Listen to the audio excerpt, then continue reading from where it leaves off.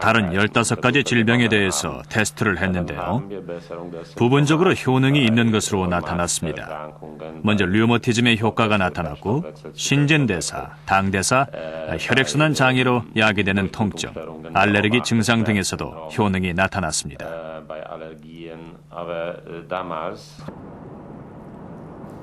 각종 질병 치유에 효과가 있다는 노르데나움을.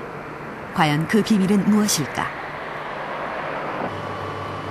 제작팀은 독일 현지의 한 연구소에 노르데나움물의 성분 분석을 의뢰했다.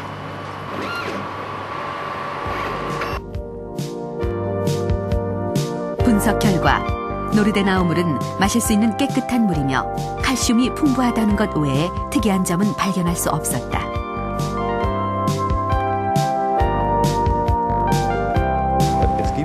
독일 속담에 병을 낫게 한 사람이 옳다라는 말이 있습니다. 제 생각에 어떤 사람의 통증이나 병이 나았다면 도움이 된 것이고 가치가 있는 것입니다. 그러나 이런 것의 인과관계를 과학적으로 증명하기는 매우 어렵습니다. 저희는 물의 성분을 화학적, 세균학적 방법으로 분석할 뿐이기 때문입니다. 프랑스 파리에서 남서쪽으로 800km. 피레네 산맥 기슭에 자리한 루르드는 인구 채 2만이 안 되는 작은 도시다. 하지만 이곳을 찾는 사람은 연간 600만 명에 달한다.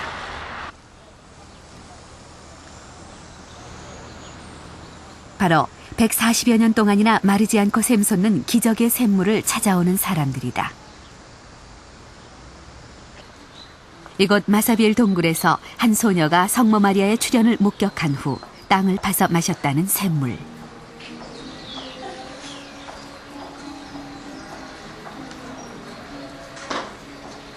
이후 이 물을 마신 사람들이 기적적인 치유를 하면서 신비의 힘으로 병을 고쳐보려는 사람들의 행렬이 끊이지 않고 있다.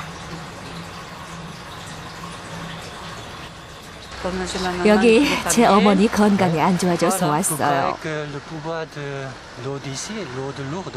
맞아요. 확실히 그렇죠. 난 이미 그 효력을 체험을 했죠. 제가 임신 중에 상태가 안 좋아서 여기 물을 뜨러 왔었죠. 그 후 낳은 아기는 문제없이 완벽했죠.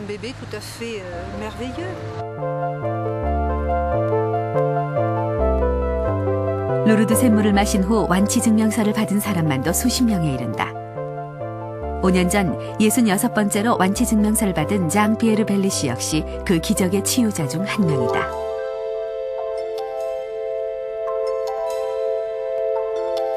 벨리시의 완치에 관한 정신의학 보고서에는 그의 병력과 치유 과정이 상세히 적혀 있다.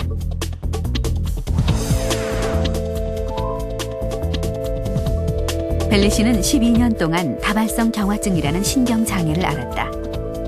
1984년 중추신경 손상으로 인해 오른쪽 반신이 마비됐다는 신경과 진단을 받은 후 루르드에서 요양을 시작했다.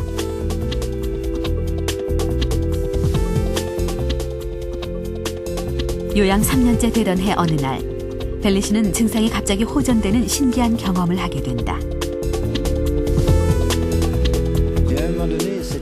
발가락에서 따뜻한 기운이 감돌기 시작했습니다.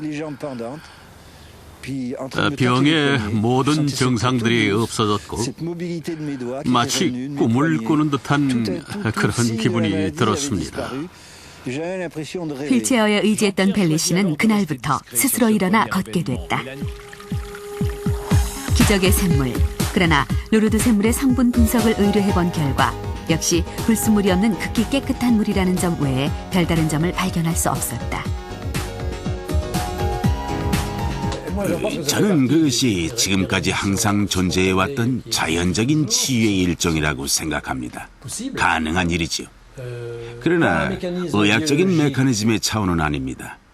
과학적이거나 철학적인 방법으로는 설명할 수가 없고 현재 우리의 의학 지식으로도 설명할 수가 없지요. 누가 우리에게 벨리시에게 일어난 일에 대해서 명쾌하게 그리고 이해할 수 있게끔 설명할 수 있겠습니까? 과학적인 분석만으로는 설명이 되지 않는 노르데나우와 루르드 샘물의 기적.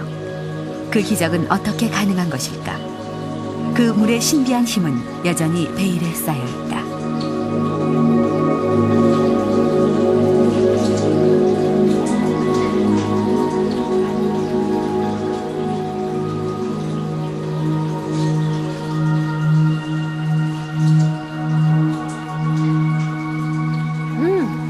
아주 시원한데요.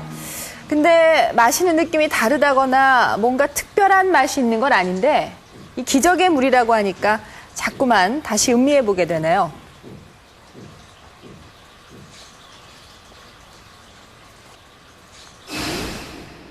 기적의 물은 아니지만 우리에게도 예로부터 내려온 특별한 의미의 물이 있죠.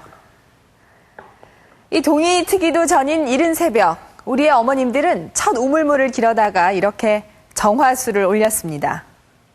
정화수에는 하늘의 정기가 담겨 있다고 해서 물 중에서도 으뜸으로 쳤는데요. 그래서 주로 약을 다리거나 정성을 들이는데 사용했습니다.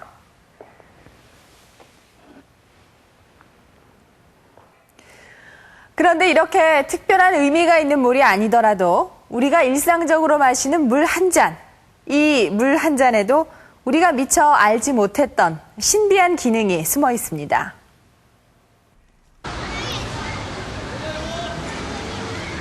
제주 시내에 있는 한 초등학교. 코끼리 스포츠단의 아침 운동이 한창이다. 코끼리 스포츠단은 2학년부터 6학년까지 과체중 이상 어린이들로 구성됐다.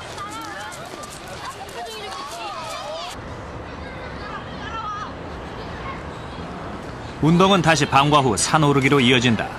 지난해부터 운영되어 온 비만 개선 프로그램에 따라 아이들에게 인스턴트 음식이나 청량음료는 완전 금지돼 있다.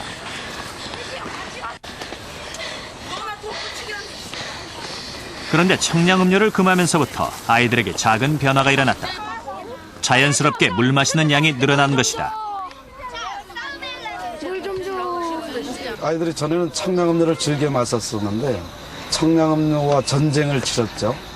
그러다 보니까 아이들이 자연스럽게 물로 바뀌어서 물은 고양이다! 물은 고양이다! 뱃살아 가거라! 뱃살아 가거라! 코끼리 스포츠단 프로그램을 시작하면서 4학년 다원이에게도 새로운 습관 하나가 생겼다. 물 먹을게? 땀 많이 흘렀어?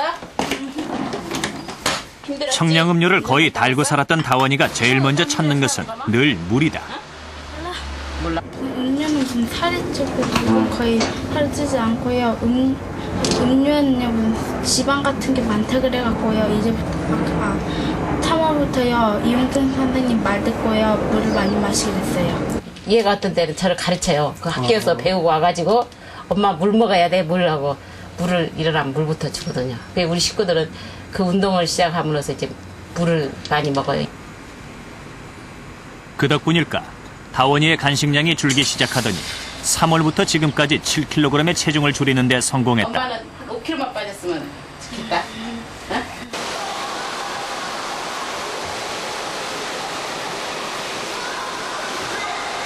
그렇다면 물을 마시는 것이 과연 다이어트에 도움이 될 수 있을까?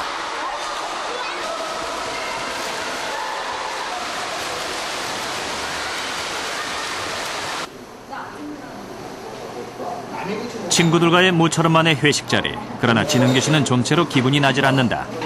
늘어난 체중 때문에 먹는 양을 자제하고 있기 때문이다. 식욕 억제에는 물이 도움이 된다지만 워낙 안 마시던 터라 쉽지가 않다. 예전에는 한마디로 표현하면 개걸스럽게 먹었다니까. 그러니까 정신없죠. 먹는 거 앞에서는 말을 안 했을 정도니까요. 그리고 그 남은 음식이 아까워서 제가 거의 마지막까지 그 숟가락을 놓지 않는 스타일이었습니다.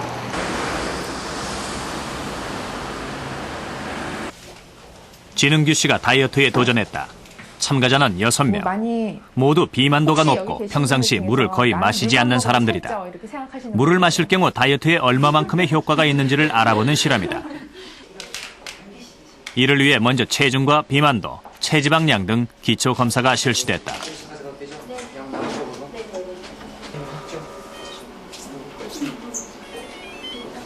A, B, C, D, F로 학점을 매겼습니다. 그래서 과연 평점을 얼마나 받으실지 궁금하시죠? 일단은 진흥규님 먼저 발표를 해드릴게요. 진흥규님 제일 먼저